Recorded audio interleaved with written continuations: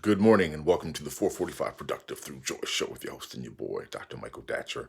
The show airs each weekday morning, hella early AF at 4:45 a.m. here on YouTube's Michael Datcher channel and 4:45 p.m. on Facebook Live. Guys, today we're talking about action as part two of our two-part show on action. How having an action mindset, even when things are difficult, especially when things are difficult, ironically, benefits you, meaning when at times difficult times end up producing skill sets and actions that end up allowing you to eventually apply them in different scenarios, which uh, end up helping you to manifest a heightened sense of abundance. So we'll get into all that in a second. Thanks for being here. If you're new, you can go to productivethroughjoy.com to see about us. We speak to groups, schools, and organizations about being productive through joy, a great series of workshops and programs that I think you will find productive and helpful. So thanks. Let's dive in. So for those of you who are new to the show, allow me to say a few words about myself first. This is your host and your boy, Dr. Michael Datcher, author of the New York Times bestseller Raising Fences, author of the acclaimed historical novel Americas, author of the Pulitzer Prize nominated animated Black and Brown Liberation and Theory of American Literatures, board president of the great nonprofit here in LA called The World Stage. Um, what else should I say to you? Yeah, educational background, UC Berkeley as an undergrad, master's, UCLA, PhD in English Lit from the University of California at Riverside. Guys, I'm an expert at being productive, right? I don't say that to brag or boast. I say it because people are oftentimes surprised to hear that level of productivity when they hear and see that type of background.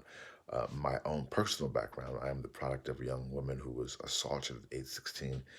As a result of that assault, gave birth to me at age 17 and subsequently gave me up for adoption to a single divorcee. So at the time, no biological father, no adopted father. Listen, difficult times for the young MD, as Cool Modi famously said.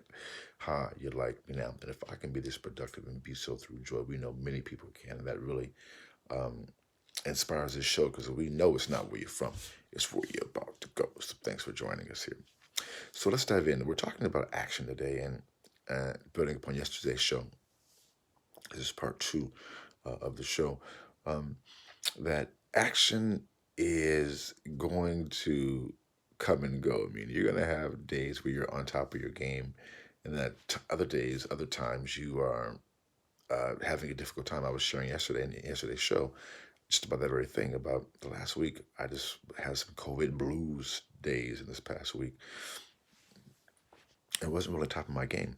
Um, and the thing is, you can get into that mode and then you can just cycle down for a series of days. And it can be an extended journey. You can really fall off the wagon, so to speak.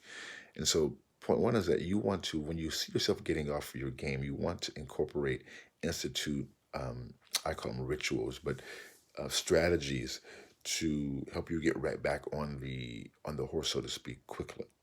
All right.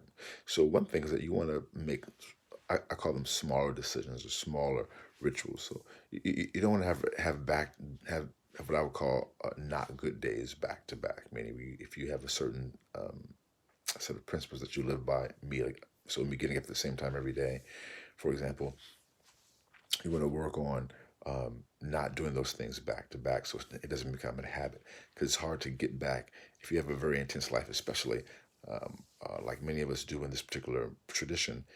It's easy to kind of get off your program and begin to like spiral down. So you want to set up just some safety barriers. So the way people, when young kids go bowling, they have the safety rails so the balls don't go into the gutter. You don't want to go into the gutter in your rituals and your practices. That's one thing.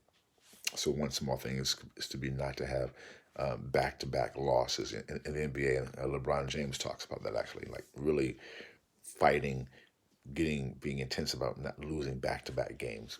It's a good kind of metaphor from my point. You want to have two back-to-back L's, losses in your deck. But point two is that at times that will happen. You know, at times you're gonna have those types of situations where you're just like, whoa, what's going on here?